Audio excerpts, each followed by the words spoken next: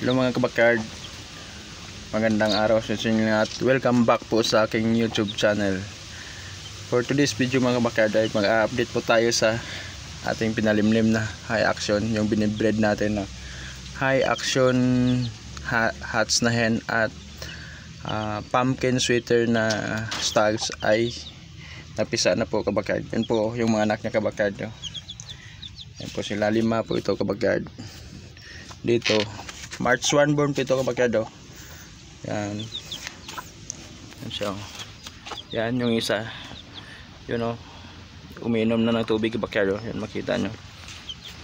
Kasi kahapon napisa po ito Yakult lang po yung binigay natin kabakard na painom.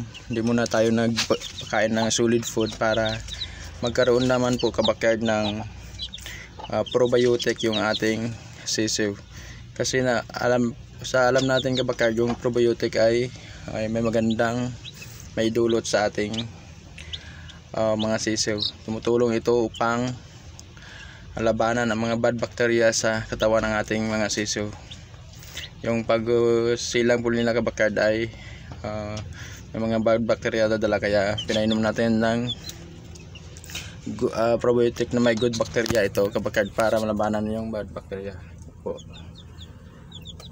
Sa out of 9 kabakard na pinapisa natin, 5 lang yung napisa. Yung 4 to kabakard ay walang similya. Yan po.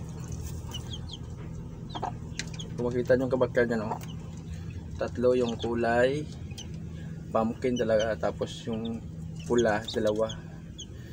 Siguro paglaki nito kabakard magkaroon tayo ng green legged na pumpkin hats. Yan po. Yan nagbigay din tayo ngayong araw ng kabakard ng patuka para makakain na po na sila ng solid foods. Yan po, unlimited po yung bigyan natin kabakard para mabilis lumaki yung ating mga sisiw. At after siguro ng 10 days or 15 days ipupugan na po natin yung inahin at i-breed natin ulit. Bali 7 balik po ito kabakard para makuha natin yung pure nito na breed. 7 babalik-balik sa stags para mapapalabas tayo ng pure pumpkin nuts at makapagpalabas tayo ng pare-parehong itsura. Kasi isa lang yung pinagmulan ng inahin at broodcock nito kabakard. Yan po. Yan, hindi sila tumukutok kabakard, gawa ng medyo busog po sila. Yan nakita nyo. Yan, pero naglalaro sila kabakard kasi malawak ito yung brooding pen na ginawa natin. Yan, saka matibay itong kabakard yung sahig nito.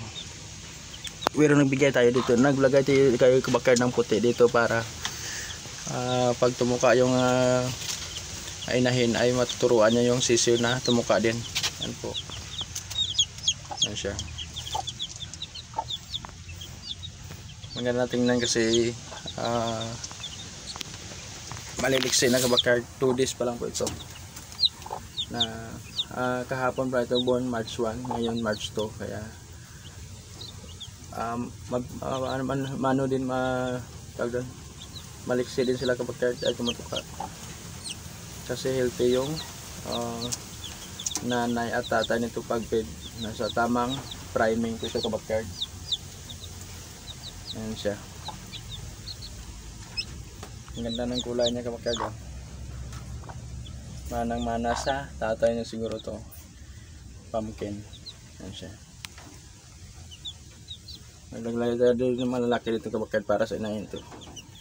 Ilubusog siguro sila. Yan, itong tubig plain lang muna natin kabakard kasi sinubuan natin ito kahapon ng Yakult. Nilagay lang natin sa siren para madali nating isubo sa ating sisiw. Yan po. Yan, tinuturuan po sila ng nanay nila na tumuka kabakyard. Yan siya. Yan. I-zoom natin kabakyard para makita na. Yung binibiryo rin kabakyard na pumpkin asil ay malalaki na po sila yun. Pinapawalan natin para maka-rinse din at makakain ng mga damo o protein sa lupa. Yan siya. Yan po yung update dito kabakyard sa ating high action pumpkin na binibreed March 1 born. Yan siya.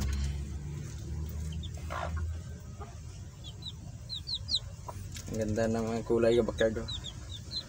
Puro kulay dilaw yung paa. Pero magpapalit pa ito pagdating ng 1 month old. Siguro may susunod dito sa paa ng kanyang inahin kasi yan yung inahin niya, green legged siya. Pinili ko tong green legged kabakyard kasi maganda ito maganda magpapisa ng green legged kasi may panlaban sa sugat po yan kabakyard. Yan yung paniniwala ko. Yan siya.